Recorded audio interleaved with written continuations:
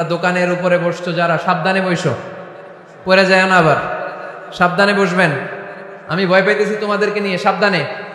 হ্যাঁ ঠিক আছে, ঠিক আছে, আলহামদুলিল্লাহ। এখন মোটামুটি আলোচনা করা যায়, কি বলেন? এই জায়গার ধাক্কাটা থামতেছে না কেন? এটা এখানে কি ধাক্কাধাক্কি করা যাবে? আমার দিকে তাকান, আমার দিকে তাকান, আমার দিকে তাকান।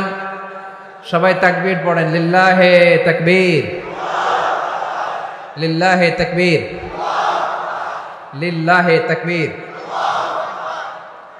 আজকের আলোচনার বিষয় হচ্ছে পরিবার। আলোচনার বিষয় কি? পরিবার। ইসলামে পরিবারের গুরুত্ব। অনেকে বলে হুজুর পরিবারের শান্তি নাই, সুখ নাই, অশান্তি, এরকম অভিযোগ আছে না অনেকের? আমরা আমাদের পরিবারগুলো শান্তিময় হোক, সুখী সমৃদ্ধ হোক, আমাদের প্রত্যেকের পরিবারগুলো জান্নাতি পরিবার হোক, আমরা চাই কি চাই না? চাই। আজকের এই চমৎকার রজনীতে আমরা জানবার চেষ্টা করব কেমন করে আমরা আমাদের পরিবারগুলোকে জান্নাতি পরিবার বানাতে পারি। এই গুনগুন আওয়াজ করলে চলবে না, একেবারে থামতে হবে। হ্যাঁ দেখেছি, থামো থামো, থামতে হবে। পরিবার হচ্ছে শান্তির নীড়।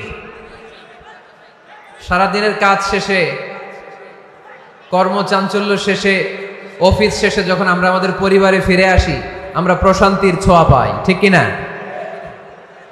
পরিবারের মধ্যে আল্লাহ তাআলা শান্তি দিয়েছেন, দিয়েছেন ভালোবাসা। এই পৃথিবীর প্রথম পরিবারটা হচ্ছে একজন নারী আর একজন পুরুষের মাধ্যমে গঠিত হয়েছিল, আর এটা গঠিত হয়েছিল জান্নাতে। কোথায়? জান্নাতে। দুই সদস্যের পরিবার, একজনের নাম আদম, আরেকজনের নাম হাওয়া আলাইহিস সালাম। এই দুইজনকে আল্লাহ তাআলা জান্নাতে বিয়ে পড়িয়েছেন। সুবহানাল্লাহ পড়বেন না? এর কারণ আমাদের শৈশব আছে, কৈশোর আছে, আছে না? কিন্তু আদম আলাইহিস সালাম আর হাওয়া আলাইহিস সালামের শৈশব নাই, কৈশোরও নাই, যৌবন দিয়েই জীবন শুরু, ঠিক কিনা? আদম আলাইহিস সালামের শৈশব ছিল, কথা বলেন। হাওয়া আলাইহিস সালামের শৈশব ছিল, কৈশোর ছিল। পৃথিবীতে এসেই দেখলেন যুবক আর যুবতী, ঠিক কিনা? এজন্য বিয়ের দরকার আছে না নাই?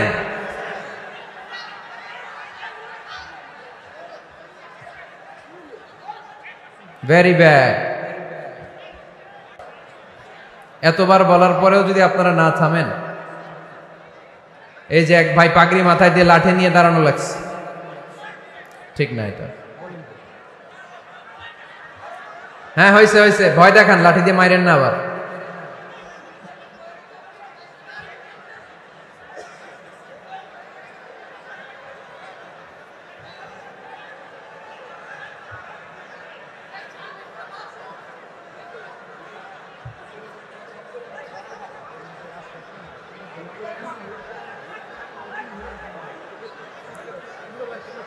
একটু মেনে নিতে হবে তো, একটু সহ্য করতে হবে কষ্ট। আমি তো বললাম যে বিশৃঙ্খলা করা যাবে না, জায়গা না পেলে আস্তে আস্তে পেছনে চলে যান। বের হয়ে যেতে চাইলে তো কেউ বাধা দিবে না, ওখানে প্রজেক্টরের সামনে যেয়ে বসেন। এইখানেই থাকতে হবে, আমারই দেখা লাগবে। স্টেজের সামনে ধাক্কাধাক্কি করলে একজন বক্তা আলোচনা করতে পারে না? জানি আগামীকাল আপনারা কি করবেন। কুয়াকাটার হুজুর এসে তো বদনাম করবে এলাকার, বলবে এলাকার লোকেরা তো খুবই বিশৃঙ্খল। এটা ঠিক না, ভেরি ব্যাড। হ্যাঁ ঠিক আছে, এবার ঠিক আছে। আমি একটা কথা শুরু করব, এরপরেই আপনারা বিশৃঙ্খলা করবেন। আমি একটা পয়েন্ট নিয়ে আলোচনা ধরবো, এরপরে আবার চিল্লাচিল্লি, এভাবে তো চলবে না। হ্যাঁ ঠিক আছে। সম্মানিত ভাইরা, আদম আলাইহিস সালাম এবং হাওয়া আলাইহিস সালাম এই পৃথিবীর প্রথম দম্পতি, প্রথম নারী এবং পুরুষ, প্রথম হাজবেন্ড এন্ড ওয়াইফ। এই দুইজনের পরিবার গঠনের মধ্য দিয়ে এই পৃথিবীতে পরিবার শুরু। ওনাদের গর্ভে আল্লাহ জোড়ায় জোড়ায় সন্তান দিতেন। এক একবারেই একটা ছেলে একটা মেয়ে একসাথে হতো। এর পরের বছর আবার একটা ছেলে একটা মেয়ে, এইবারের ছেলের সাথে পরের বারের মেয়ের বিয়ে, এইবারের মেয়ের সাথে পরের বারের ছেলের বিয়ে। সুবহানাল্লাহ পড়েন। কারণ সম্বন্ধ করার মতো, আত্মীয় করার মতো আর কোনো মানুষ পৃথিবীতে আছে? ওনারা প্রথম মানব, প্রথম মানবী। এজন্য আল্লাহ তাআলা এইভাবে এই দুই নরনারীর মধ্য দিয়ে পৃথিবীর বুকে এই বিশাল মানব জাতিকে বর্ধিত করেছেন। এখন পৃথিবীতে প্রায় 200টা দেশ, 700 কোটিরও বেশি মানুষ, সব আমরা ভাই ভাই। আমাদের আদি পিতা আদম, আমাদের আদিমাতা হাওয়া আলাইহিস সালাম, আমাদের গোড়া এক। আমরা কেউ মুসলিম, কেউ বৌদ্ধ, কেউ মুসলিম, কেউ হিন্দু, কেউ মুসলিম, কেউ খ্রিস্টান, কিন্তু আমাদের আদি পিতা আর আদি মাতা একজন। চিল্লায় বলেন ঠিক কিনা? আমাদের গোড়া এক। হিন্দু বৌদ্ধ হইলেও আমরা ভাই ভাই, মানবতার দিক থেকে ভাই। আর আমরা হলাম ইমানি ভাই, ঠিক কিনা? দেখেন, যেখানে হিন্দু লোকটাও আমার ভাই, বৌদ্ধ লোকটাও আমার ভাই, খ্রিস্টানও আমার ভাই, সেখানে আমরা মুসলমানরা একসাথে এক টেবিলে বসতে পারি না। কিন্তু আমাদের নবী এক, আমাদের কোরআন এক, আমাদের কাবা এক, আমাদের মদিনা শরীফ এক। চিল্লায় বলেন ঠিক কিনা? আমাদের প্রভু এক, এক নবীর উম্মত, জীবন বিধানে ওই শিবানী কোরআন। আমাদের প্রভু এক, এক নবীর উম্মত, জীবন বিধানে ওই শিবানী কোরআন। তবে কেন এক নও হে মুসলমান, এক হও করিয়া হবান। ঠিক কিনা? বাইতুল্লাহ এক, মদিনা শরীফ এক, উহুদ পাহাড় এক, বদরের মাঠ এক। ঠিক কিনা? বাইতুল্লাহ এক, মদিনা শরীফ এক, উহুদ পাহাড় এক, বদরের মাঠ এক। একটা তো জীবন আর মরণ যে একটাই, এক সাথে মিলে মিশে একটাই প্রাণ। তবে কেন এক নও হে মুসলমান, এক হও করিয়া হবান। আমাদের প্রভু এক, এক নবীর উম্মত, জীবন বিধানে ওই শিবানী কোরআন।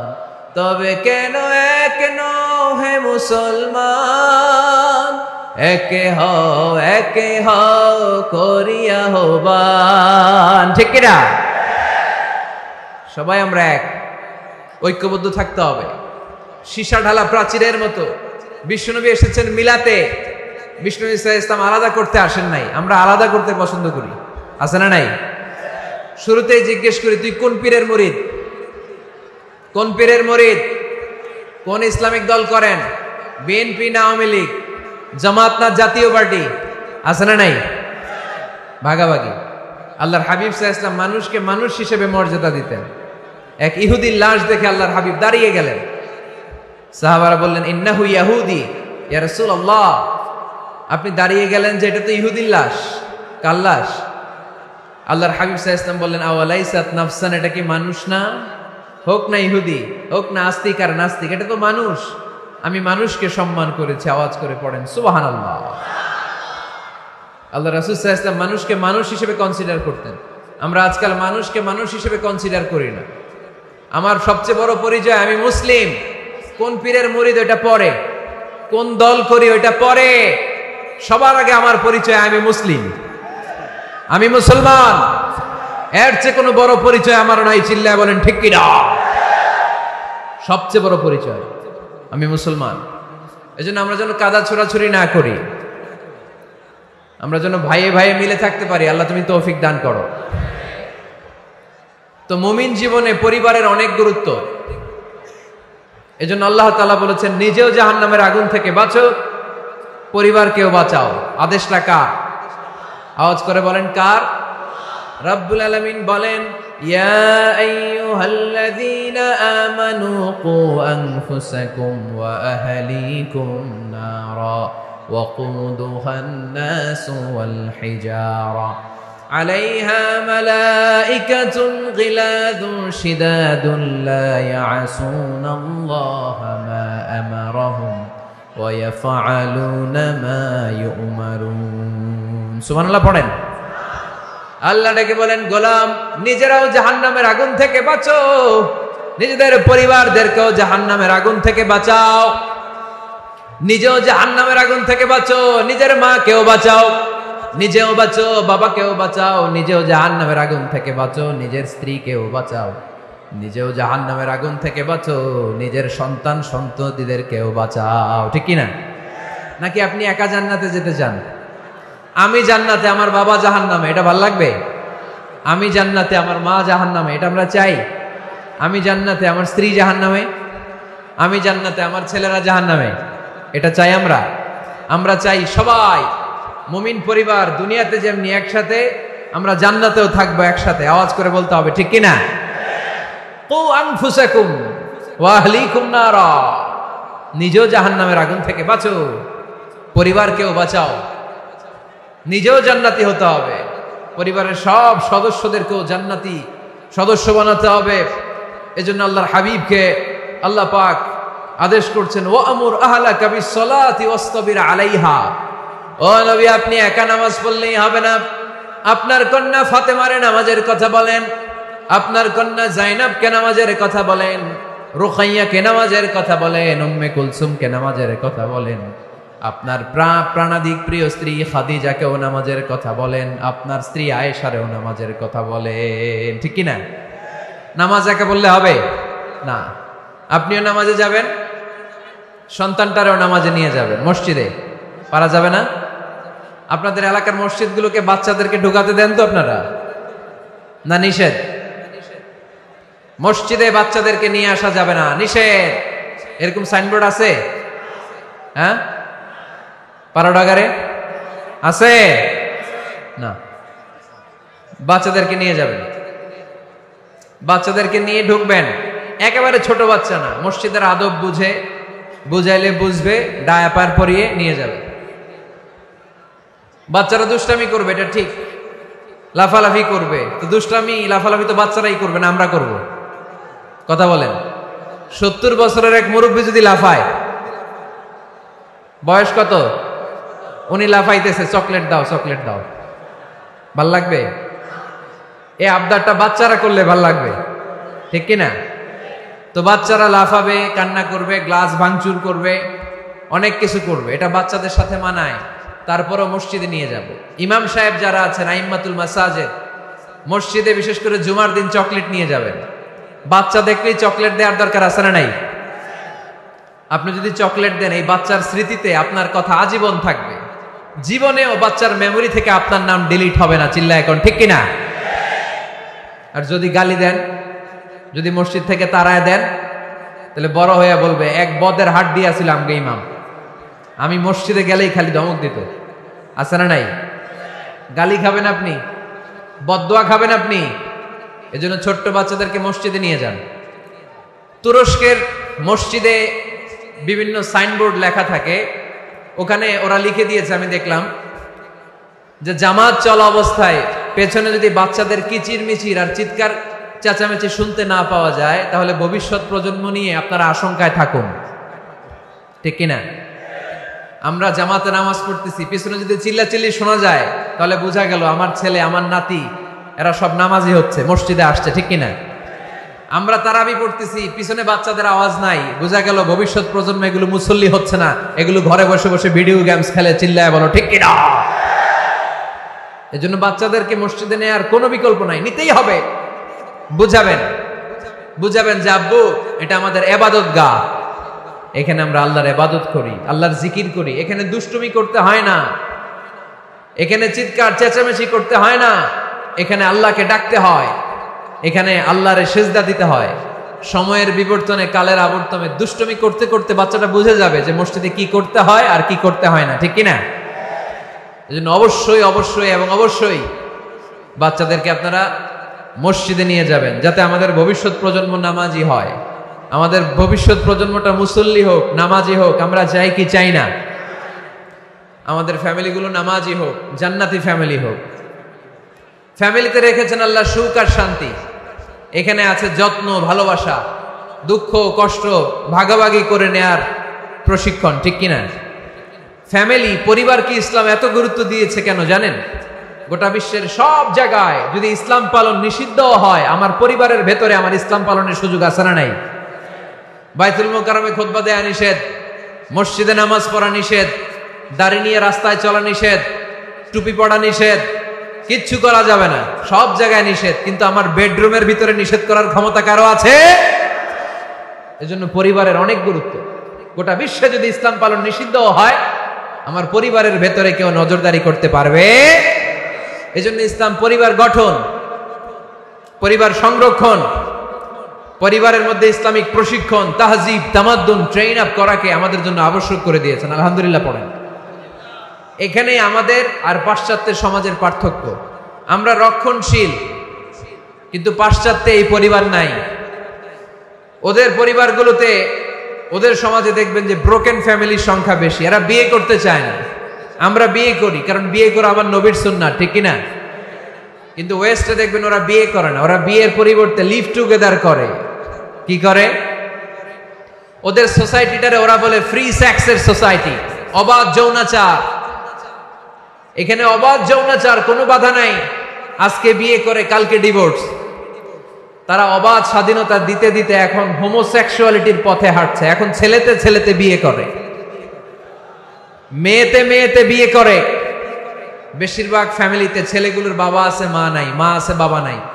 কয়টা যে বিয়ে করছে, কয়টা যে ডিভোর্স হয়েছে নিজেরাও জানে না। আমরা কি এমন পরিবার চাই? এজন্য অপ্রকৃতস্থ মানুষের সংখ্যা খুব বেশি। পাগল হয়ে বড় হয়ে উঠছে ওরা, পাগল, মেন্টালি ডিসঅর্ডার। এজন্য ওয়েস্টে আত্মহত্যার সংখ্যা বেশি, সুইসাইডের সংখ্যা বেশি। প্রায় শুনবেন একজন লোক গান নিয়ে বেরোয়, রাস্তার কিছু লোককে শুট করেছে, কিছু লোককে হত্যা করার পরে নিজে নিজেকে সুইসাইড করে শেষ। এরকম আছে না নাই? কিন্তু আমাদের মুসলিম সমাজে কি এগুলো আছে? নাই। কারণ আমাদের পারিবারিক বন্ধন আছে না নাই? আমরা বাবা মা ভাই বোন আমাদের ভালোবাসাগুলো একাকার করে ফেলি, এজন্য আমাদের ভালোবাসা দিবস লাগে না। ওদের মধ্যে ভালোবাসা নাই, এজন্য বছরের একদিন 14ই ফেব্রুয়ারিতে ওদের ভালোবাসা লাগে।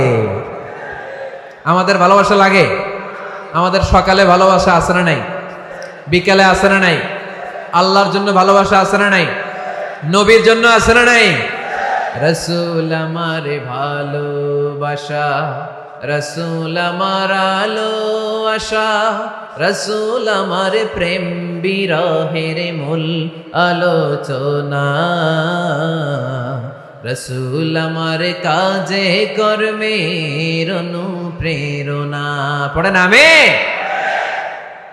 আমাদের সপ্তাহে 7 দিন ভালোবাসা, আমাদের দিনের 24 ঘন্টায় ভালোবাসা, মাসের 30 দিনে আমাদের ভালোবাসা, বছরের 365 দিন আমাদের ভালোবাসা। এজন্য আলাদা করে ভালোবাসা দিবস আমাদের লাগে না, জোরে বলতে হবে, ঠিক কিনা?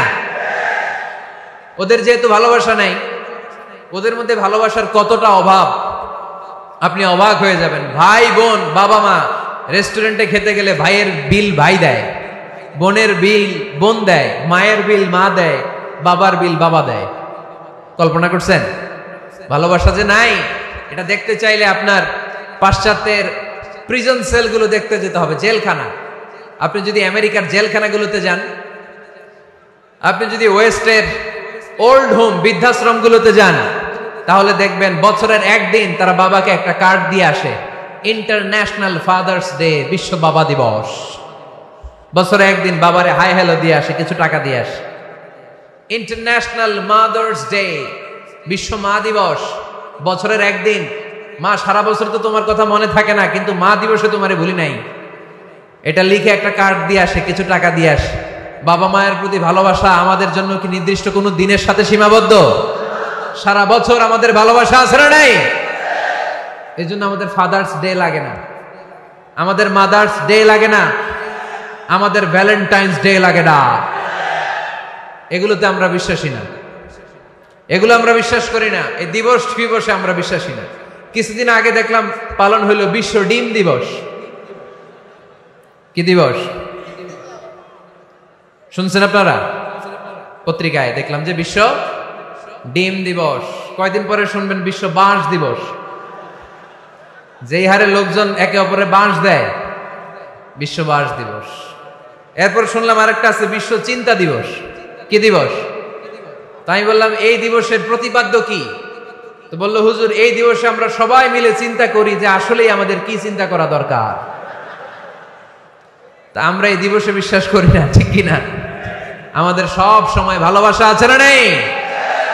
আমাদের ভালোবাসা আল্লাহর জন্য, আমাদের ভালোবাসা রাসূলের জন্য, আমাদের ভালোবাসা কোরআনের জন্য, আমাদের ভালোবাসা একে অপরের জন্য, ঠিক কিনা? এই জন্য প্রিয় ভাইরা, পরিবারটা অনেক গুরুত্বপূর্ণ। এই কোরআন পরিবারকে অনেক গুরুত্বের সাথে কনসিডার করেছে। কোরআনে একটা সূরাই আছে যে সূরাতে শুধু পরিবারের বিষয় নিয়ে কথা বলেছে। সূরাটার নাম সূরাতুত তালাক। সূরাতুত তালাক, অ্যাড্রেসিং দ্য ফ্যামিলি ম্যাটার্স। এখানে শুধু ফ্যামিলি ম্যাটার নিয়ে কথা বলা হয়েছে। এই কোরআনে আরেকটা সূরা আছে, এটার নাম সূরাতু আলে ইমরান। ইমরানের পরিবারের নামে আল্লাহ একটা সূরা দিয়েছে। আওয়াজ করে পড়েন সুবহানাল্লাহ।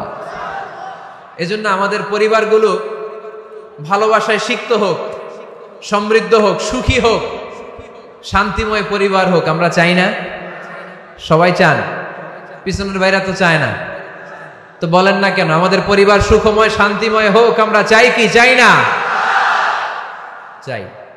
আজকের এই চমৎকার রজনীতে কিছু টিপস, কিছু ফর্মুলা আপনাদের সাথে শেয়ার করব। এই ফর্মুলাগুলো আমাদের পরিবারে অ্যাপ্লাই করলে দেখবেন এমনি শান্তি চলে আসছে কোরআন সুন্নাহর আলোকে।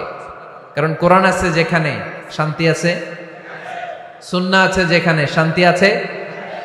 মূল আলোচনা আমরা শুরু করছি। আপনারা মনোযোগী হয়ে কথা বন্ধ করে কান দুটো খরগোশের কানের মতো খাড়া করে শুনুন। এই মাহফিলগুলো তখনই সার্থক হবে যখন এখান থেকে কিছু আমরা নিয়ে যেতে পারবো, ঠিক কিনা? কিভাবে পরিবারে শান্তি আসবে? অনেকে বলে হুজুর শান্তি নাই, ঘরটার ভেতরে ঢুকতেই মনে চায় না, সারা দুনিয়া ঘুরে বেড়াই, ভাল লাগে, ঘরে ঢুকলেই জাহান্নাম। আছে না নাই? আমরা চাই না আমার ঘর জাহান্নামের টুকরা হোক। আমরা চাই আমার ঘর শান্তি আর ভালোবাসায় ভরপুর থাক, তাই না? কি করে ঘরে শান্তি আনবেন পাড়াডগারের ভাইরা? আজকের এই আলোচনার পরে আমাদের পাড়াডগারে থাকবে শুধু শান্তি আর শান্তি। কথা কয় না? ইনশাআল্লাহ পড়েন। ঘরে শান্তি আনার প্রথম মাধ্যম হচ্ছে ঘরে ঢুকেই সালাম দিবেন। এখন মারামারি লাগবে, কে আগে দিবে? আই না হেতি? হেতি কইব আন্নে দেন, আর আন্নে কইবেন হেতি দেখ। ঠেলাঠেলি আছে না নাই? এই ইগো প্রবলেম আমাদেরকে শেষ করে দিল। Ego, dominating attitude. কে বড়? কেউ বড় না, বড় একজন, তিনি কে? এজন্য আমরা পড়ি আল্লাহু আকবার। আকবার মানে কি? আকবার মানে তিনি সবচেয়ে বড়। তো শান্তি আনার প্রথম ফর্মুলা হচ্ছে শান্তির বাণী ঘরে ঢুকাইতে হবে। এখন ঘরে শান্তির বাণী ঢুকান না, শান্তি আসবে কোত্থেকে? সালাম অর্থ কি? কথা বলেন। সালাম সালাম হাজার সালাম সকল শহীদ স্মরণে, আমার হৃদয়ে রেখে যেতে চায় তাদের স্মৃতির চরণে। পড়েন আমিন। আমাদের সকল ভাষা শহীদ আর মুক্তিযোদ্ধা, তাদের প্রতি আজকের এই মাহফিলের পক্ষ থেকে আমরা জানাচ্ছি সালাম। শান্তি ছড়িয়ে পড়ুক বিশ্বময়। আমরা কি যুদ্ধ চাই? কি চাই? তো শান্তির বাণীটাকে ঘরে ঢুকান, দেখবেন দরদর করে শান্তি নেমে আসতেছে। তাহলে পরিবারে শান্তি আনার প্রথম টিপস হচ্ছে ঘরে ঢুকে আগে কি দিবেন? সবাই বলেন কি দিবেন? রব্বুল আলামিন বলেন فَإِذَا دَخَلْتُمْ بُيُوتًا فَسَلِّمُوا عَلَى أَنفُسِكُمْ تَحِيَّةً مِّنْ عِندِ اللَّهِ مُبَارَكَةً طَيِّبَةً।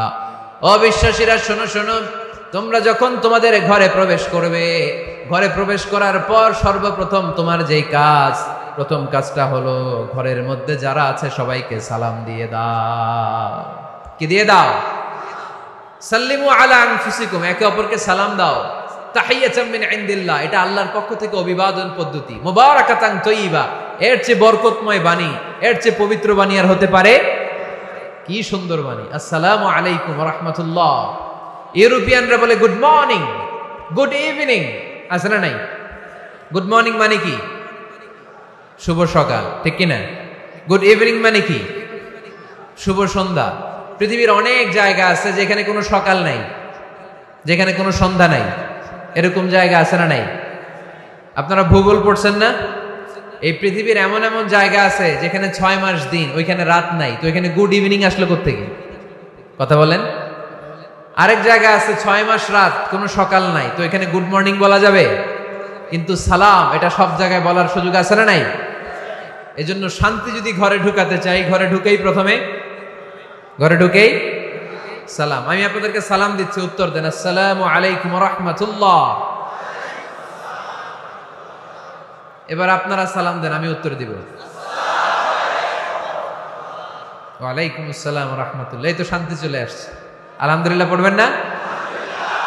আজকে মাহফিল শেষেই অ্যাকশন, অ্যাকশন, ডাইরেক্ট। আজকে থেকে ডাইরেক্ট অ্যাকশন, দেরি করা যাবে না। ভালো হয়ে যাব হুজুর, ভালো হয়ে যাব, কালকে থেকে শুরু করো হুজুর, কালকে থেকে। ওই কালকে ওর জীবনে আর আসে নাই, চিল্লা এখন, ঠিক কিনা?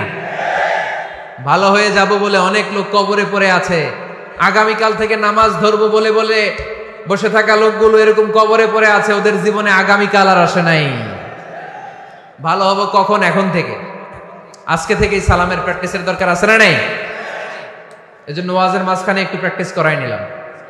ঘরে ঢুকেই আগে সালাম দিবেন, আপনি আগে দিবেন, ভাবি পরে দেখ, অসুবিধা নাই, ঠিক কিনা?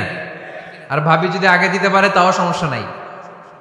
আপনি ভাবিকে সালাম দিচ্ছেন, ভাবি আপনাকে দিচ্ছে। আপনাদের এই প্রতিযোগিতা দেখে বাচ্চারা কি শিখবে? সালাম দিতে হবে, ঠিক কিনা?